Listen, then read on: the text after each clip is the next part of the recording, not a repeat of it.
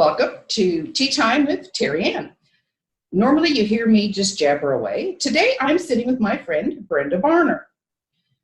Brenda is currently the owner of 2 tea rooms and an antique mall. I've known Brenda for 16, 17 years, somewhere along there. Yeah, close to 20. Almost 20 years. So we have seen each other go through high times, low times, a lot of that negative self-talk.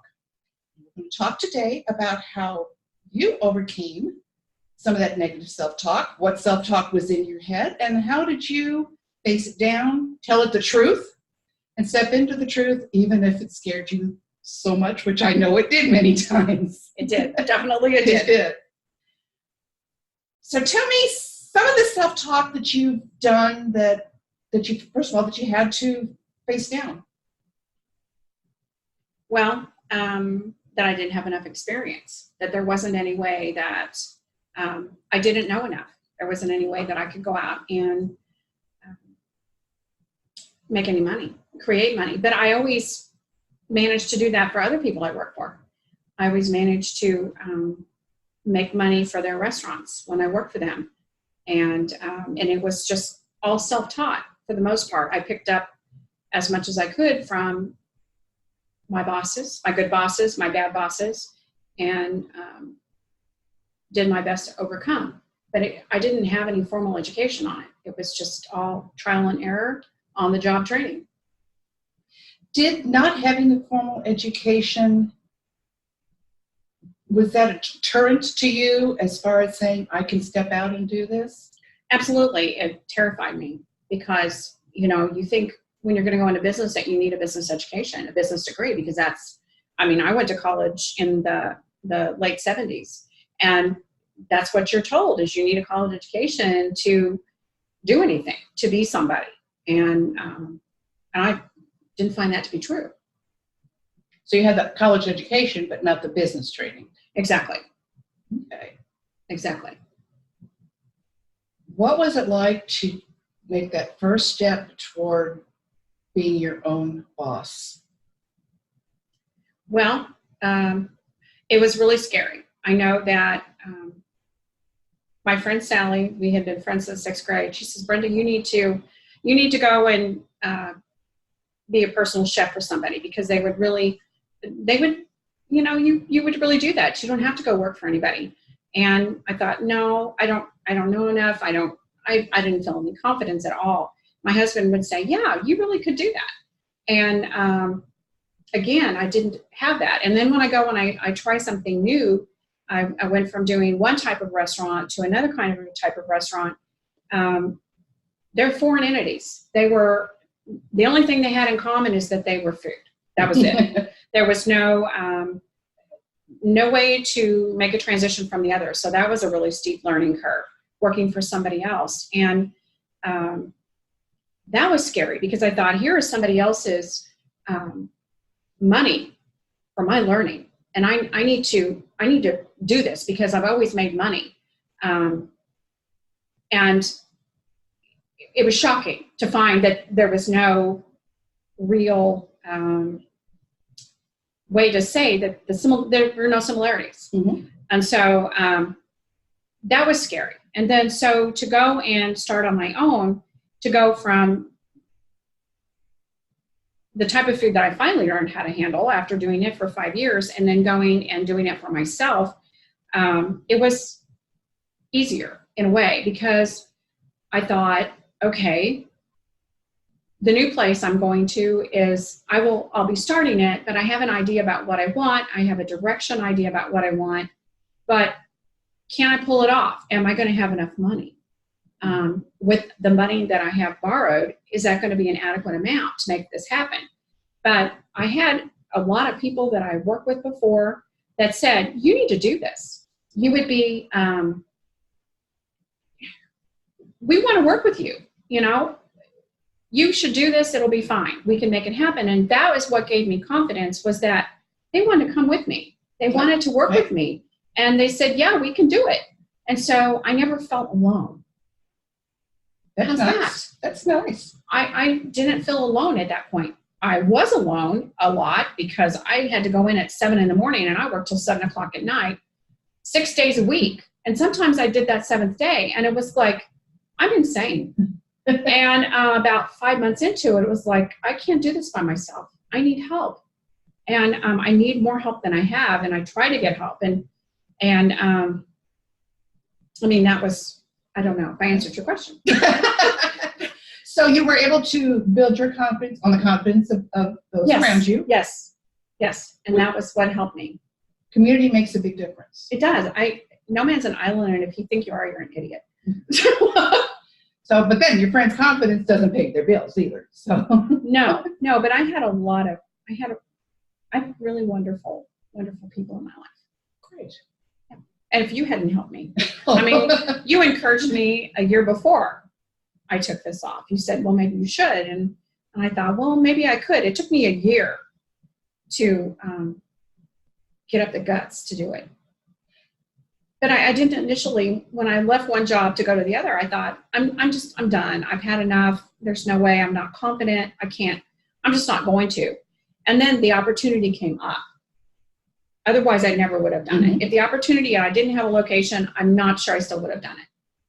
So it was a lot of factors. It wasn't just that I didn't have confidence. I needed more than confidence. I needed people to surround me. I needed an opportunity that looked like something that I could handle.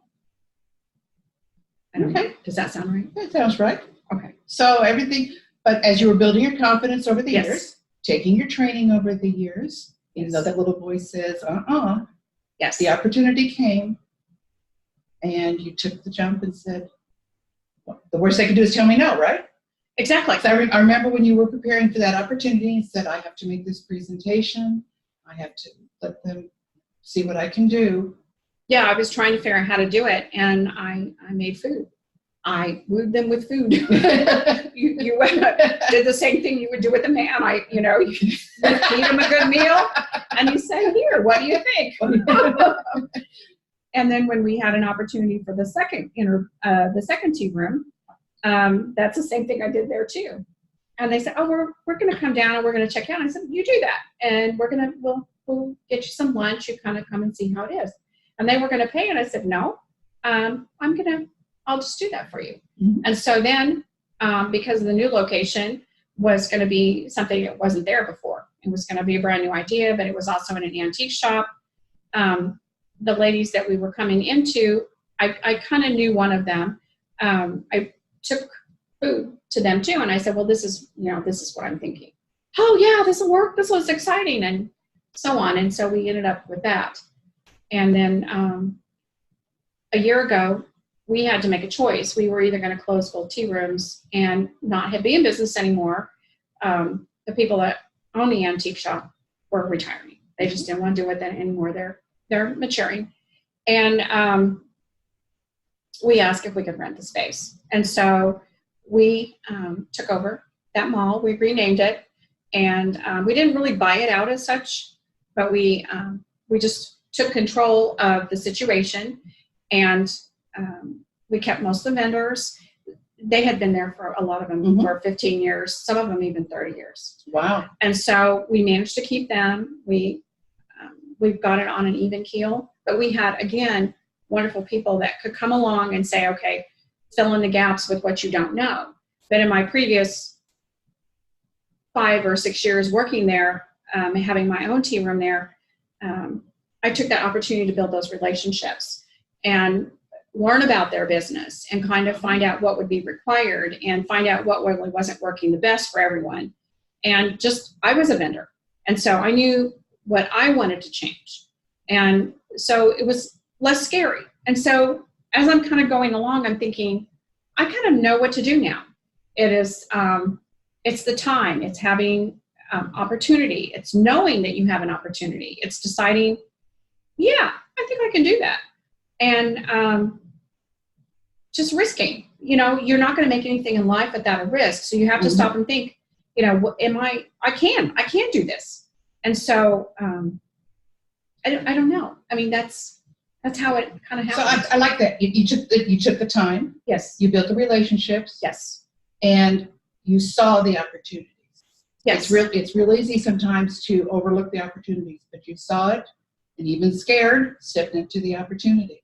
And I think that is the biggest factor that held me back before, is that I had many opportunities ahead of me in other years. I have been working in the restaurant business off and on for 40 years. Not all of it for that length of time. I probably had 25 years worth. But it is just realizing that your skills add up, they do amount to something, Mm-hmm. and what you don't know, someone else does. So you just have to find that other person, and you have to know that, yes, you can find the other person. It's not always going to be perfect, and you may go through, like I'm not an accountant. I'm not a bookkeeper. I know that's something that I don't enjoy doing. I can do it if I have time, but what I enjoy doing is the food part. It's having people come in, and I want to watch them have a good time. I don't even have to be part of their good time. I want to watch them have a good time. I'm an introvert. And so for me to be the center of attention, I don't want to be the center of attention. I like to be in the background, but I want to hear them having fun. And that makes me feel fantastic. And I know when we sit down together, a group of ladies, we get together, you always make sure that we always have good food. That's always a given. Thank you. There's always a given. But you also make sure that everybody has the opportunity to speak. And you're really good at making sure that everybody is having a good time. Thank you. And I really enjoy our get-togethers when we do that. Oh, well, thank you. I appreciate that. I just like everybody to have something to do, because I am an introvert, and I would just assume I'm not with you all, but when I'm in a crowd of people, I would just rather have my hair on fire than be in a crowd of people. So it's really hard for me. And but you want to make sure they're having a good time.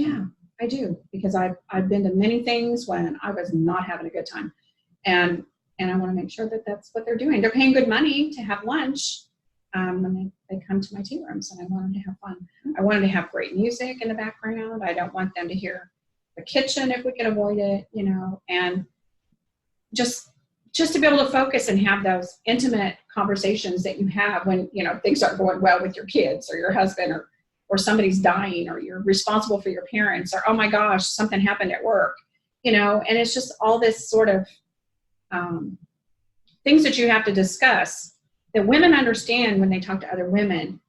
And men and women at home, you can't always talk about that, because we just have two different perspectives on the world, and it's supposed to be that way. As long as you're not gossiping or being destructive, I think. And a tea room setting, I think, is a very good, relaxing atmosphere. We try really to talk with your friends. And we have a lot of couples come in. We even had a couple that was dating, and they came and met at the tea room when they were trying to get to know each other. And it's just been interesting. Yeah, they were even younger. They weren't, I would say maybe in their 40s. Mm-hmm. They weren't like in their 80s. And we've had men and women that are in their 80s, or brothers and sisters, or they'll have a family reunion, or showers, Mm-hmm. just things of that. So it's just kind of. It's a nice setting. Yeah, it is. Beautiful setting. Well, thank you. One of the, I know we were just talking a little bit before, and as you got all this done, your husband said to you, well, you've been talking about this for a long time. You didn't realize it was a dream. I didn't. I didn't realize it was a dream. And you brought that up to my attention too, not just Brian, and maybe Sally did too, I'm not sure. And I had talked about a bed and breakfast, but I don't like people that much.